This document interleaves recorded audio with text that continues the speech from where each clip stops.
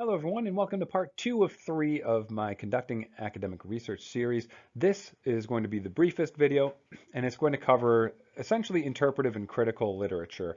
I'm putting these together because they tend to operate under the postmodernist assumptions, that is, the subjective worldview and sometimes anecdotal evidence, things like that. But really anything that is not having a method section, results, all that would be fine falling into this category just because the same tips apply. But let's get into it and then you can know more specifically what I'm actually talking about. Now let's get into the tips for reading postmodernist literature. Again, what do I mean by postmodernist? Well, I mean specifically the philosophical assumptions of postmodernism, subjectively constructed reality, socially constructed reality, things like that. So the standards of evidence are usually a little bit different here, and that's why I draw it into a different category because the writing is usually different. This is more your typical. Well, it might look like an English paper, it might look like an op-ed, it might look like something entirely different. But if it doesn't look like hard science, then these tips will apply.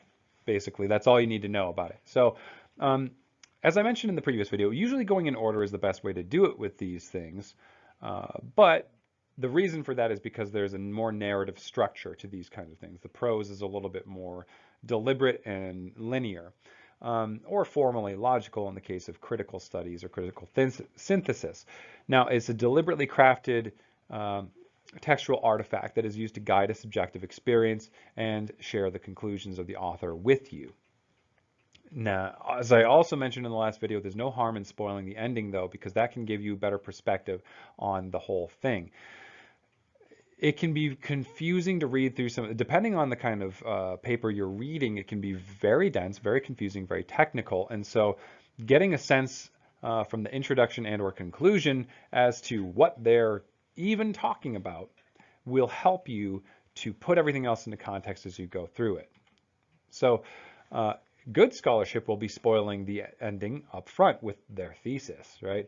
When students write papers, there seems to be this hesitance to state the point of the paper. I think that's equal parts a writing the introduction first problem and also kind of not wanting to give away their point. It comes in a mix. Don't do that. Just have a thesis. But this isn't a composition video, so forget. It doesn't matter. But good scholarship is going to have a thesis. You should look for that, and you should use that to anchor everything else that you're going to read through that paper. It may be something that is clearer by reading the conclusion first. Okay. Now, as you go through the paper, take note of the main arguments and the evidence provided for each one. That would be something to document in your note-taking. What are the main arguments and what kind of evidence are they providing for those things, including other references if they're in their citation. Here's an example. Let's talk about it. It might make a little bit more sense. This is one of my favorite rhetoric papers.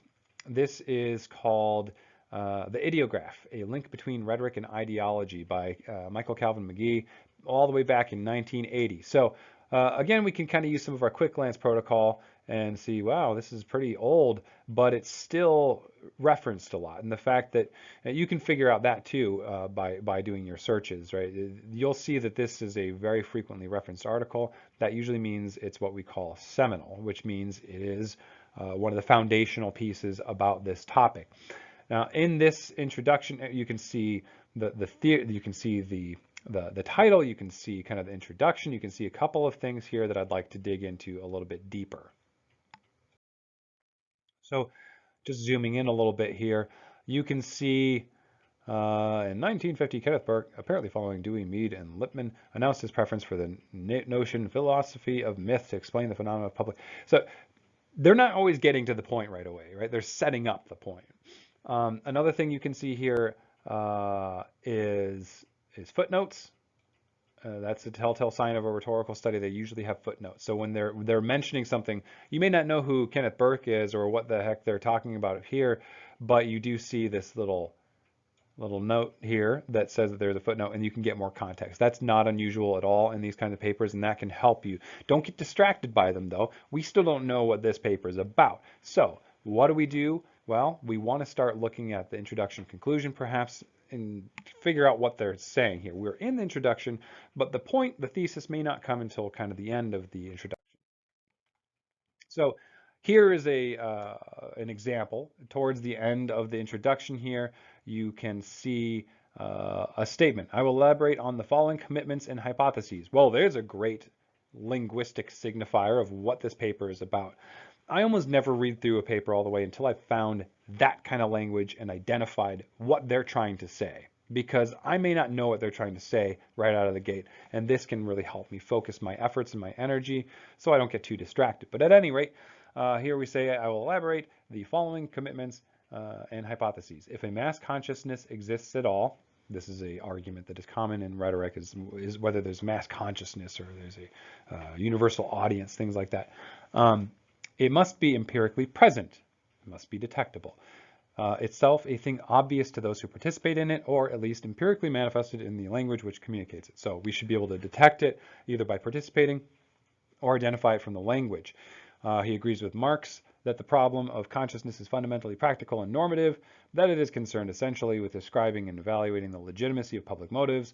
Such consciousness, I believe, is always false, not because we are programmed automatons, and not because we have a propensity to structure political perceptions in poetically false dramas or scenarios, but because truth in politics, no matter how firmly we believe it, is always an illusion. So there's a lot of technical language in here, is referencing a lot of things you might not be familiar with, but you can still get a sense as to what he's getting at. All right, so we're looking at kind of public discourse.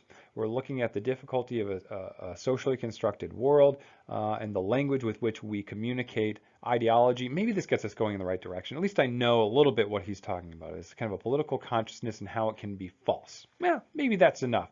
Maybe we can get a little more information by jumping ahead to the conclusion. Here's another bit here. Further, the political language which manifests ideology seems characterized by slogans, a vocabulary of ideographs. There we see the word that is in the title, easily mistaken for the technical terminology of political philosophy. And what does that mean? Well, we still may not know that, but here we've taken a step in the right direction. We have found hints of kind of a definition of this word. If we're talking about something as specific as like, all right, he's writing a new word in the title here, then going to the intro and conclusion can give us more hints there. It may be useful to find the definition first, again, so that you can focus your discussion. And you can see why I'm making that recommendation now, because the language itself is rather technical.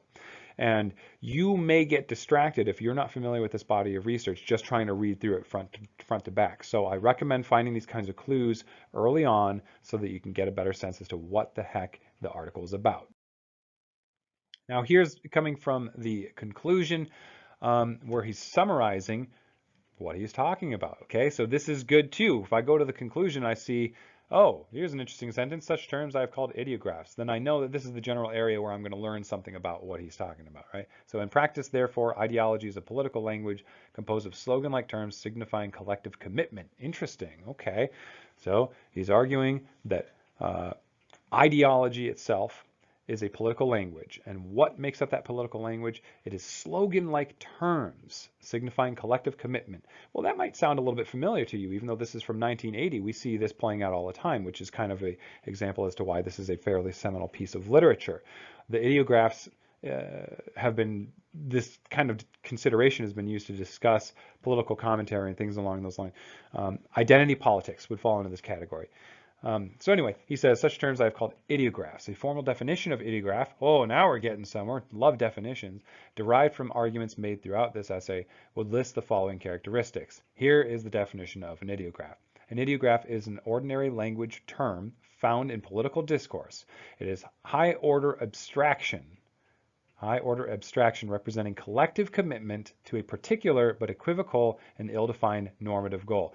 So there's the definition. There's a lot of technical language in there as well that you're probably not going to understand unless you study communication. For instance, equivocal, what does that mean? Well, that means that it's up for interpretation, right? Higher equivocality means higher uncertainty. I know that because I've studied communication. You might have to look that up.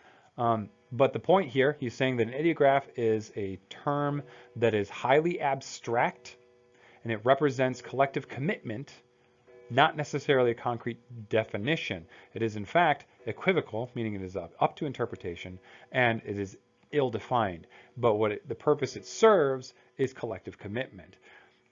That's interesting just in itself. We haven't read the rest of the article, but we found the definition. If you have the context to start breaking it down, then you can already start asking yourself questions. Oh, wow, what does he mean? What are some examples of ideographs? So he talks about words like communism in here and things like that, which makes sense given the historical context. You get the idea here. By spoiling the ending, we've gotten a sense as to what this article is about, and that's going to help us because just reading through this and seeing him name drop all of these scholars and thinkers is not going to be as useful to you unless you know why he's talking about that stuff. You can read footnotes all day long and still not know what he's talking about. So try and get to the heart of the issue as quickly as you can, and then you might stand a chance of slogging through this kind of technical information. So as I've mentioned before, and now you probably can see a little clearer, jargon and technical language is going to be one of the most challenging parts of reading this kind of scholarship. It's often the hardest part, not the concepts themselves, but the language that allows you to access those concepts. So in the definition for ideographs, for instance, you are probably able to understand the idea of something being abstract and complex and still falling into day-to-day conversation. People use words they don't understand all the time, right?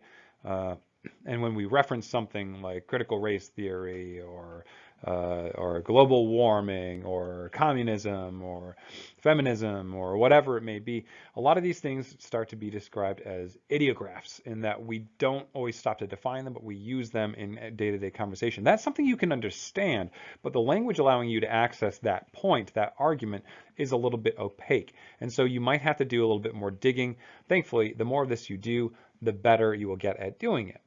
So now most of these articles will usually define their terms, as McGee did here with ideographs, but a lot of that scholarship often relies on other established literature. Now, they're also usually going to include footnotes or mini essays, as I like to call them, because they can be quite long. For example, at some point in there, you may have seen one of those screen caps where McGee mentions Hitler, and then there's like a half-page footnote talking about Hitler's rhetoric, which is interesting and useful, but it's not central to the argument. That's why it's in a footnote. So don't get distracted by those. Read them if you're interested, but just keep your eyes on the prize and remember that that's giving background information. It's not the central argument.